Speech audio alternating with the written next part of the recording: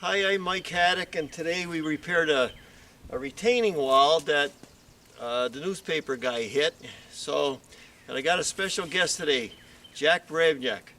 And the deal with him is he's a mason, and he retired from working from the Defense Department, and he does masonry as a hobby, and he's also a DJ. He does landscaping. He's one of these guys who do everything.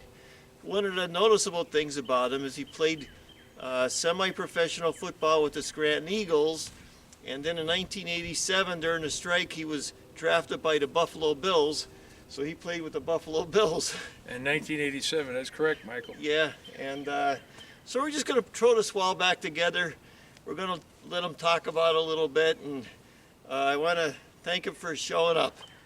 Now today's job, this is the third time I'm fixing this wall, because they put this retaining wall around in front of the house, and it gets hit by a car.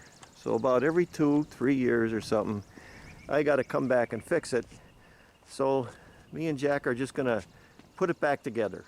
So we're going to take this off.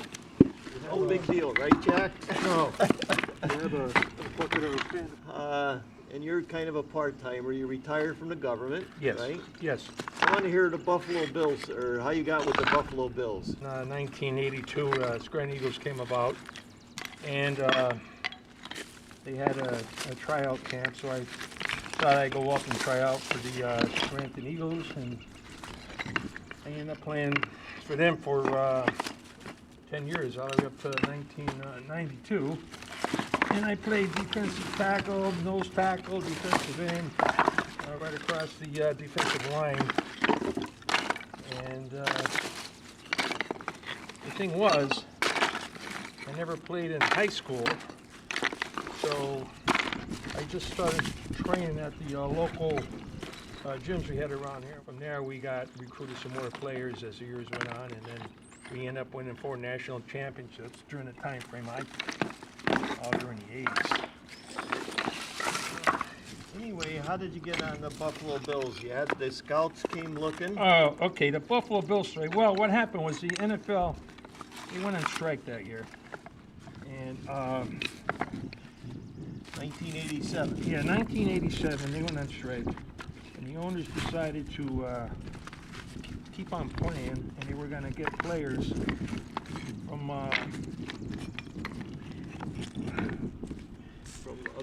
colleges and from around the country. Yeah. Anyway, our general manager, Andy Wojtas, he happened to know a scout from Buffalo, and he contacted him, and then he told him about me, because I made the All-Star team every year with the Scranton Eagles. And 2 years, I was MVP defensive player of the whole league, of the whole Empire Football League there, because the 1 year I had 22 sacks, quarterback sacks, and numerous plays in the backfield. So Buffalo was interested. However, they weren't interested in defensive players. They were looking for offensive linemen, and they asked me about that position, and I refused to play that because, again, I'm not familiar with playing offensive line. So keep in mind, he called me on a Friday evening. And at first, I thought it was one of my friends pulling a prank on me, and I hung up on the guy.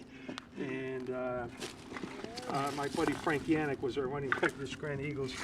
We used to hang around together and work out. And Friday nights, we would meet up at the gym, work out, and then go out in the town. And what happened there was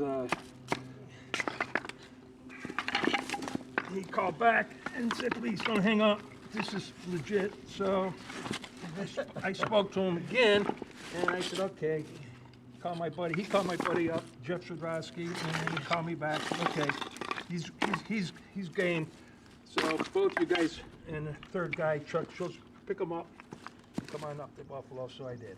No kidding. So you get to Buffalo. Right. And then you went into training, huh? Yeah, we arrived there Sunday evening, and we went right to Orchard Park, right to the stadium. We were right inside, and we sat in this huge meeting room. And then a couple of spokespersons came up and said what was going to happen, and then they got all our information. When I went in originally, I met the scout, and he took one look at me, and I said, I don't play offense. And he looked at me, and I was much bigger than he goes, okay, go over there with the defensive players. So I did. So we went to an intense physical that night, and the next day they took us to a hospital, all kinds of x-rays, you name it, everything. And then after we passed the physical, they gave us a signing bonus. So keep in mind, I didn't have any agent, and the minimum salary back then in 1987 for where I was considered a rookie was $50,000 for the year, which divided by 15 games came out to about $3,500 a game, and I thought I couldn't believe it. I was going to get paid to actually play football and then work out and eat whatever you wanted. They fed us really good. Yeah. And that was cool. But anyway, so then after all that, we got all suited up, got our uniforms, and we went down to.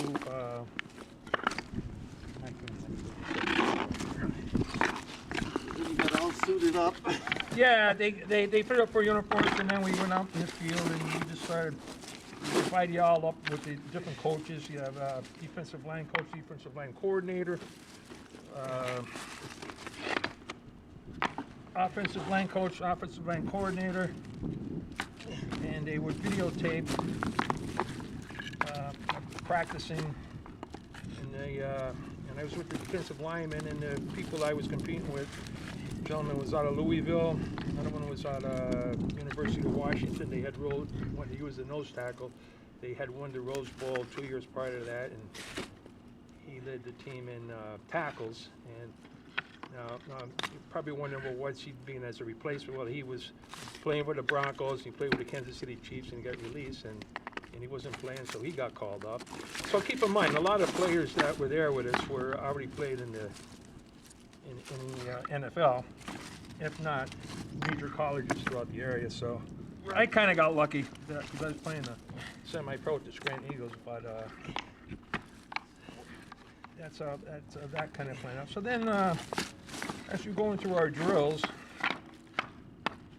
they had an offensive tackle that I thought should have made the actual team, but they kept a 13-year vet, Wolford. They kept, I think his name was, and this guy named Johnny Summer, and he played out of, I think it was out of UTEP or Texas A&M. I'm not sure. One of them down in Texas. Yeah. So he was their main stud on the offensive line, and I happened to beat him a couple times on a one-on-one drills. I guess that's when they started paying attention to me a little more. And next thing you know, I'm on the roster and I'm playing in the games. And I'm switching Mark Levy. I'm going to go with the platoon system. So every 4 downs, we put a new group of players in. And okay, go ahead. And the situation was, Mike, they invited me back to camp. Actually, I was going to be on a supplemental squad the whole year because the following week, after that, the strike ended and everybody went back. And they wanted me on the supplemental squad, meaning the practice squad. And if somebody got hurt, because they only could take, I think at the time, 45-man roster with them, and I would have suited up and went. But that didn't happen because I went back to my government job. Well, football's fun. Stuff to put underneath it.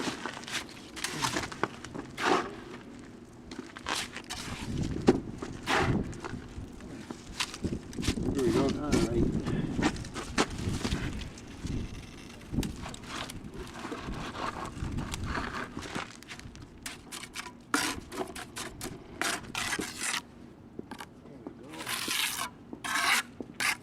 All we're doing is just cleaning it up now. It's going to rain tonight, so I used the... You mean snow, Mike? It's going to snow tonight, that's right. So we're using the fast drying cement. Yeah, it'll be dry by noon. By noon. All right, Jack, thanks for coming. We'll see you again. We'll try to get them out on our jobs again.